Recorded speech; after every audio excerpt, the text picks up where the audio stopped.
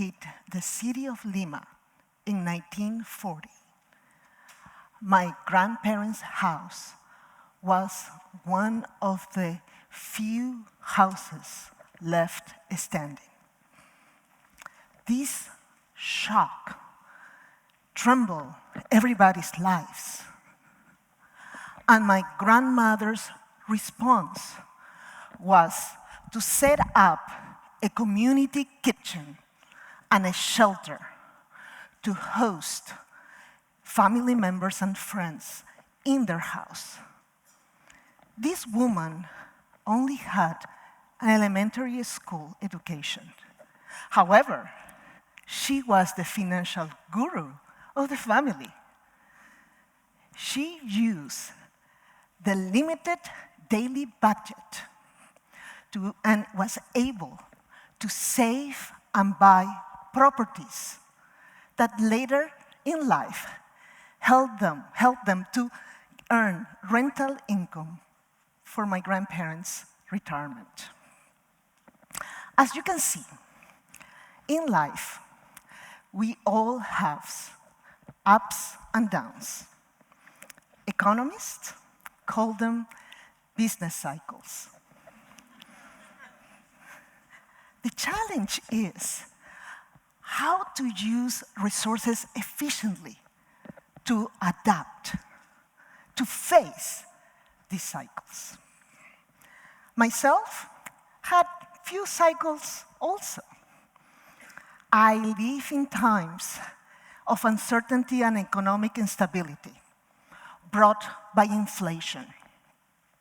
In these times, prices of everything went up and up, and my allowance could buy less and less candy bars. So, I decided that I could switch from national currency to US dollars so my money can be kept the same purchasing power and buy the same number of candy bars. Then I went to my father, the monetary authority of my house, and I asked, "Daddy, may I receive my allowance in US dollars?" My father was very proud. He had a huge smile. And of course, he said, "No.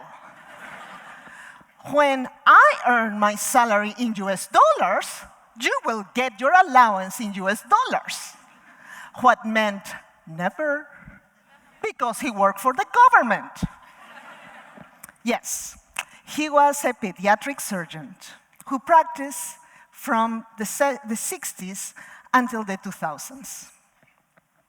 He was the man that when I went to him and told him that I wanted to study economics, he said, "What do you do with that?" Then it's from this man that I learned the lessons of innovation and efficiency. 50 years ago in Peru, you didn't have fancy and expensive technology. He had to recreate alternative surgical procedures with anything that he had in hand to accomplish his goal: save children's lives. And this is the way that this man, who did not know what economists did, apply economics beautifully. Now, I want to tell you, economics gives you a framework, a way to answer questions. Do you need to, be interested in money? Do you need to be materialistic? No. Okay? Economics gives you tools to analyze human behavior, to analyze happiness. Economics gives you the solutions for life's economic instability, give you solutions to face problems, anything that throws to you in life. Another example is that when I was in Peru, I felt angry, upset, because of all these instabilities, few earthquakes too. So I decided that I wanted to do something. But what can I do? I like mathematics. I like politics. So I became an economist. And yes, years later, you can find me working at the Central Bank of the United States of America, the Federal Reserve Bank. That's when I had the privilege to participate in the discussion about monetary policy during the most challenging times of US economic history, the Great Recession of 2007. During these years of economic troubles and high unemployment rates, monetary policy was pushed to its limits and was reinvented. I don't know if you know, but before 2007, policymakers only need 3 tools to implement monetary policy. After 2007, the number exploded. It multiplied because it was necessary, many tools to tackle the different financial markets to solve the complexity of this crisis. Then I would like to show you how economics gives you a framework again to answer fundamental questions. Okay? You don't need to like math. You don't need to like politics. Actually, you don't need to feel yourself an intellectual. The moment that you decide whether to cheer an extra hour for your favorite team in the NCAA tournament, you make an economic decision. The moment that you are trying to decide whether or not to date a person, and you think that your heart is telling you what to do, you are making an economic decision. My husband, yes, he's an economist. Are you surprised?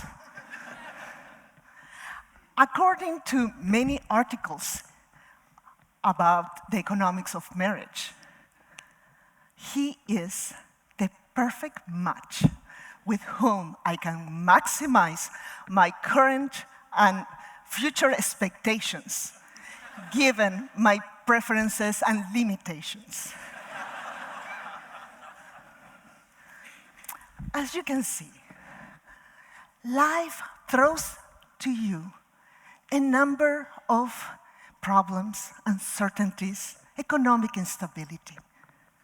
But the beauty is that economics gives you tools to answer to them, to reinvent yourself.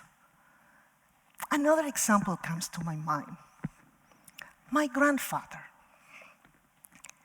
He was born in Italy, fought in World War I.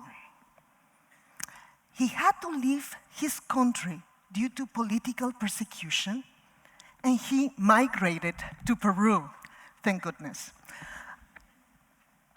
And then, there, he established a successful export and import agency. Then, World War II came. international trade was impossible. Then he had to close the business.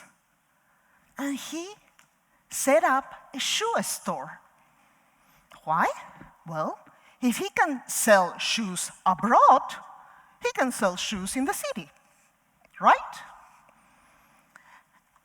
He is the perfect example on how a person can reinvent himself over and over when life strikes to you. Now, everybody is challenged with economic instability. Everybody is challenged with economic uncertainty. Everybody has to make choices because we have scarce resources. Everybody has to make economic decisions. Then, how will you be? How will you answer when you have to face the fork on the road? Are you going to crumble? Or are you going to reinvent yourself? And by doing so, what economic decision will you make? Thank you.